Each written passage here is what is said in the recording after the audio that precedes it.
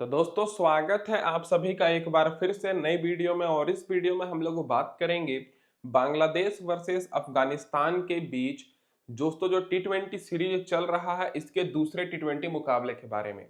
तो पहले मैच में दोस्तों लो स्कोरिंग टारगेट था 150 के आसपास और उस टारगेट को बांग्लादेश आसानी से चेस करके जीत गई। तो इस वीडियो में जानेंगे क्या हमें अपनी टीम में इस बार अफगानिस्तान की तरफ से ज्यादा खिलाड़ी को रखना चाहिए या फिर बांग्लादेश की तरफ से, और कैप्टन वाइस कैप्टन किसे बनाना चाहिए। तो गौर करिएगा ये जो मुकाबला है 3 तारीख को यानी कि आज रात में 8 बजे से शुरू हो जाएगा और 7:30 बजे टॉस होगा। और ग्राउंड की बात करें तो शारजा क्रिकेट स्टेडियम शारजा में ही मैच है। तो डायरेक्ट जान लेते हैं दोस्तों इस ग्राउंड की पिच रिपोर्ट के ऊपर। तो देखा जाए तो दोस्तों अभी तक इस ग्राउंड पर 51 टी20 के मुकाबले हुए हैं, जिसमें से पहले बैटिंग करने वाली टीम 32 बार जीती है, टारगेट को चेस करने वाली टीम 18 बार और एक मुकाबला टाई हुआ है। एवरेज स्कोर की बात करें तो 155 160 के आपको आसपास एवरेज स्कोर देखने को मिलेगा, लेकिन अगर टॉप ऑर्डर अच्छा परफॉर्मेंस करता है तो 180-90 का भी टारगेट आपको दिख सकता है। हाईएस्ट स्कोर यहाँ पर अफगानिस्तान का है 215 रन का, लोएस्ट स्कोर यहाँ पर हांगकांग का है 38 रन का। स्कोरिंग पैटर्न देखिएगा तो 150 के नीचे ये 21 बार स्कोर बना है, 150 और 170 के बीच में 11 बार, 170 और 190 के बीच में 12 बार और 190 के ऊपर 7 बार स्कोर गया है। ये तो होगी दोस्तों यहाँ पर हमारी पिच रिपोर्ट ओवरऑल। अगर आप लोग बाउंड्री लेंथ की बात करें तो ज्यादा बड़ा ग्राउंड नहीं है क्योंकि यूएई का सबसे छोटा ग्राउंड यही है।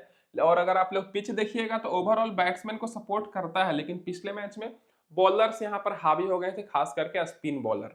अब दोस्तों इस मैच की बिल्कुल फ्री में टीम्स चाहिए और क्रिकेट से रिलेटेड सारे अपडेट्स चाहिए तो लिंक मैंने डिस्क्रिप्शन में दिया है टेलीग्राम चैनल का, फटाफट से जाइए जुड़ जाइए।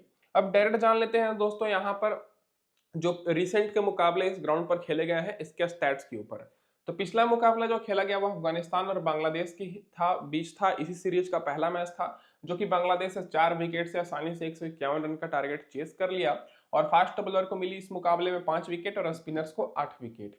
और उससे पहले जो मैच हुआ था वो कुछ ही हफ्ते पहले दोस्तों नेपाल और वेस्ट इंडीज के बीच सीरीज हुआ था, अगर आपको याद होगा तो। और उस सीरीज में नेपाल ने वेस्ट इंडीज को हराकर 2-1 से पूरी दोस्तों देखा जाए तो इतिहास रच दिया था। और नेपाल और वेस्ट इंडीज के बीच जो अभी रिसेंट में मैच हुआ था, इस मैच में दोस्तों 122 रन का टारगेट था, आसानी से इस टारगेट को वेस्ट इंडीज चेस कर ली, 10 विकेट से जीत गई, जिसमें फास्ट बॉलर को 7 विकेट और स्पिनर्स को 1 विकेट मिली। और उससे पहले दोस्तों नेपाल ने 173 रन का टारगेट बनाया था, इस टारगेट को वेस्ट इंडीज चेज नहीं करने पाई और नेपाल दोस्तों 90 रन से जीती, जिसमें फास्ट बॉलर को 8 विकेट और स्पिनर्स को 7 विकेट मिली। तो पिछला तीनों मुकाबले मिलाकर अगर आप लोग देखिएगा तो यहाँ पर फास्ट बॉलर को मिली है दोस्तों 20 विकेट और स्पिनर्स को 16 विकेट। 16 विकेट स्पिनर्स को इसलिए मिली है क्योंकि अफगानिस्तान और बांग्लादेश में बेहतरीन स्पिनर्स हैं। तो अफगानिस्तान का जब जब मैच होता है तो आपको स्पिनर्स पर थोड़ा ज्यादा फोकस करना है। और फर्स्ट इनिंग में दोस्तों पिछले 3 मुकाबले मिलाकर 14 विकेट मिली है फास्ट बॉलर को और स्पिनर्स को 6 विकेट। और सेकेंड इनिंग में दोस्तों फास्ट बॉलर को मिली है 6 विकेट और स्पिनर्स को 10 विकेट। तो अफगानिस्तान की टीम चाहे पहले बैटिंग करे चाहे बाद में बैटिंग करे, आपको अफगानिस्तान के स्पिनर पर थोड़ा ज्यादा फोकस करना है और बांग्लादेश के फास्ट बॉलर पर। अब इसके बाद डायरेक्ट जान लेते हैं रिसेंट फॉर्म के ऊपर। तो दोनों टीम्स के बीच दोस्तों पिछले 5 सालों में 8 मुकाबला हुआ है, जिसमें से बांग्लादेश 5 बार बाजी मारी और और अफगानिस्तान दोस्तों 3 बार। रिसेंट फॉर्म बांग्लादेश का बेहतर है, हालांकि दोस्तों एशिया कप में उतना अच्छा परफॉर्मेंस नहीं कर पाई थी, लेकिन क्वालिफाई की थी सुपर 4 के लिए। और अब अफगानिस्तान तो दोस्तों और भी ज्यादा इनका खराब रिकॉर्ड है रिसेंट में। अब इसके बाद डायरेक्ट जान लेते हैं कि अफगानिस्तान की क्या रहेगी अब इस मुकाबले में प्लेइंग 11। तो प्लेइंग 11 में चेंजेस होने की संभावना है क्योंकि पिछला मैच ये हारे हैं। तो इब्राहिम जादरान, सदिकुल्ला अटल और आर गुरबज ये तीनों दोस्तों टॉप ऑर्डर में बैटिंग करेंगे, बैटिंग ऑर्डर चेंज हो सकता है। बाकी डॉर्सी रसूली आएंगे, फिर मोहम्मद इसाक रहीमी। तो मोहम्मद इसाक रहीमी की जगह पर दोस्तों आपको इस मुकाबले में रहमत साबिर खेलते हुए दिख सकते हैं। फिर अजमतुल्ला उमर जाई, मोहम्मद नबी, सरफुद्दीन अशरफ, फिर राशिद खान जो कि कप्तान है, नूर अहमद और फरीद अहमद मलिक। एक चेंजेस होने के चांसेस है कि रहमत शाह को इस मुकाबले में खिलाया जा सकता है। बाकी पावर प्ले में यहाँ पर फरीद अहमद मलिक और अजमतुल्ला उमर जाई और मोहम्मद नबी बॉलिंग कराएंगे और आखिरी ओवर में फरीद अहमद मलिक और अजमतुल्ला उमर जाई। अब इसके बाद डायरेक्ट जान लेते हैं दोस्तों सारे खिलाड़ियों के रिसेंट फॉर्म के ऊपर। तो अगर आप लोग देखिएगा तो पिछले कुछ महीने से आप लोग कह सकते हैं कि अफगानिस्तान की जो क्रिकेट है वो थोड़ी सी कमजोर है और आउट ऑफ फॉर्म है। जैसे अगर आप लोग देखिएगा तो इब्राहिम जादरान दोस्तों एशिया कप से पहले तो दोस्तों अच्छा परफॉर्मेंस कर रहे थे, लेकिन एशिया कप में और अभी दोस्तों पिछले मैच में भी मात्र 15 रन पर आउट हो गए। सदीकुल्ला अटल भी देखा जाए तो एक मैच में 73 रन की पारी खेले थे और एशिया कप से पहले इनका रिकॉर्ड बेहतर था, लेकिन पिछले मैच में 10 रन पर ये भी आउट हो गए। बाकी दोस्तों आर गुरबाज अच्छे फॉर्म में आते हुए दिख रहे हैं, 40 रन की पारी ये लगाए थे पिछले मैच में।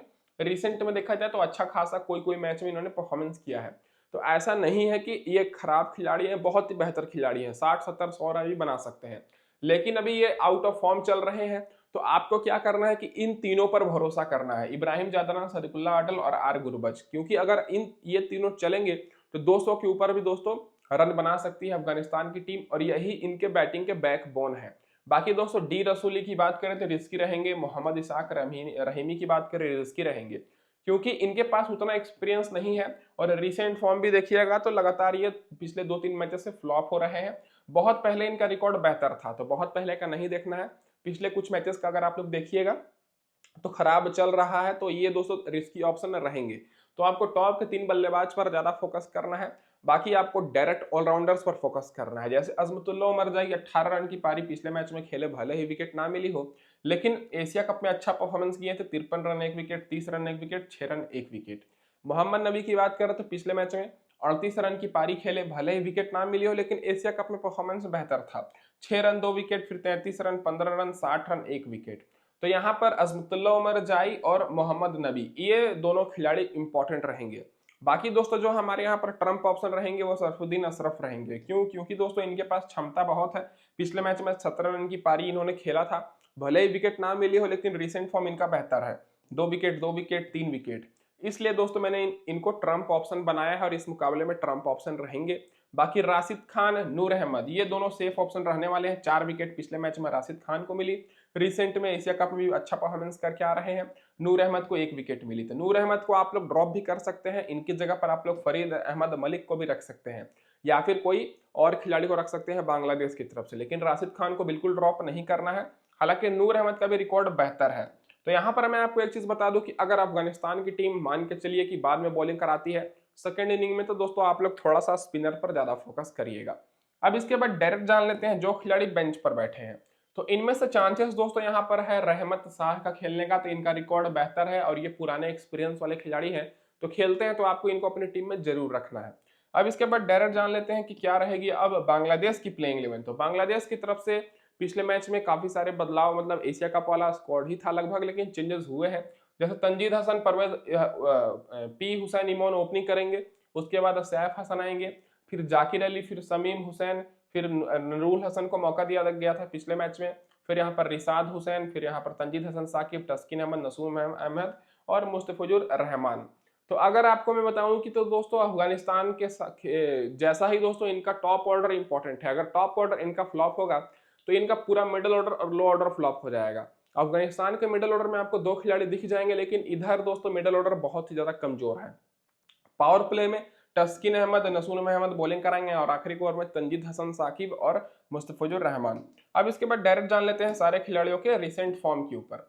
तो अगर आप लोग इनका देखिएगा स्टैट्स, तो इनके बैट्समैन, 2 बैट्समैन अच्छे फॉर्म में है, 3 बैट्समैन मान के चलिए।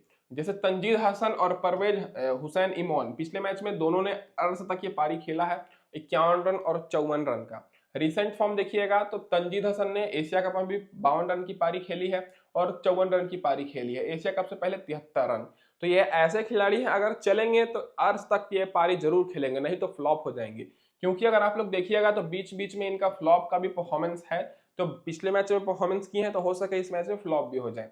बाकी परवेज इमोन, हुसैन इमोन की बात करें तो इनका रिसेंट फॉर्म देखा जाए तो इनका भी उतना अच्छा नहीं है। पिछले मैच में 54 रन की पारी तो इन्होंने खेला है, लेकिन इस मैच में दोनों का फ्लॉप होने का चांसेस बहुत ही ज्यादा है दोस्तों। तो आपको किस पर ज्यादा फोकस करना है? तो यहाँ पर सैफ हसन हमारे ट्रम्प ऑप्शन रहेंगे, क्योंकि मैक्सिमम लोग इन्हीं दोनों को ले रहे हैं, क्योंकि पिछले मैच में इन्होंने अर्ध तक ये पारी खेली है, लेकिन जब जब ये अर्ध तक ये पारी खेलते हैं उसके बाद ही अगले मैच में फ्लॉप हो जाते हैं। लेकिन सैफ हसन की बात करें तो सैफ हसन कंटिन्यूअस परफॉर्मेंस करना जानते हैं। जैसे 15 रन 2 विकेट, 36 रन 2 विकेट की पारी खेले हैं, फिर 61 रन, 69 रन, फिर 18 रन। भले ही पिछले मैच में फ्लॉप हुए हो, लेकिन सबसे बेहतर फॉर्म इन्हीं का है। बाकी जाकिर अली रिस्की ऑप्शन रहेंगे, बिल्कुल नहीं रखना है। रिसेंट में सारे मैचेस में लगभग 0 परफॉर्मेंस है, केवल एक मैच में 41 रन की पारी खेले थे। फिर समीम हुसैन की बात करें तो इनका भी परफॉर्मेंस खराब है, अगर बॉलिंग कराते तो इंपॉर्टेंट रहते, लेकिन बॉलिंग नहीं करा रहे हैं। नरूल हसन की बात करें तो इनका रिसेंट फॉर्म बेहतर है। लेकिन दोस्तों बैटिंग ऑर्डर थोड़ा सा नीचे है। पिछले मैच में 23 रन की तो पारी भले ही इन्होंने खेली है, लेकिन अगर आप लोग इनको रखते हैं तो बांग्लादेश की टीम अगर टारगेट को चेस करती है या फिर दोस्तों मतलब रख सकते हैं, 50-50 चांस है, लेकिन बैटिंग ऑर्डर बहुत ही नीचे है। तो आपको किस पर ज्यादा फोकस करना है? तो आपको दोस्तों यहाँ पर रिशाद हुसैन पर फोकस करना है। क्यों? क्योंकि दोस्तों पिछले मैच में इनको 2 विकेट मिली, 14 रन की इन्होंने पारी खेली। और मैं आपको ऐसा नहीं बोल रहा हूँ कि पिछले मैच में परफॉर्मेंस किए हैं, अगर आप लोग इनका रिसेंट फॉर्म भी देखिएगा तो 2 wicket 2 wicket 2 wicket 16 run 2 wicket, मतलब अच्छे फॉर्म में है। बाकी तंजीद हसन साकिब को 2 विकेट मिली पिछले मैच में, तस्किन अहमद को 1 विकेट, नसूम अहमद को 1 विकेट और मुस्तफिजुर रहमान को 1 विकेट। तो सबसे ज्यादा कंफ्यूजन गेंदबाजी में भी हो रही होगी कि किसको लें किसको नहीं लें।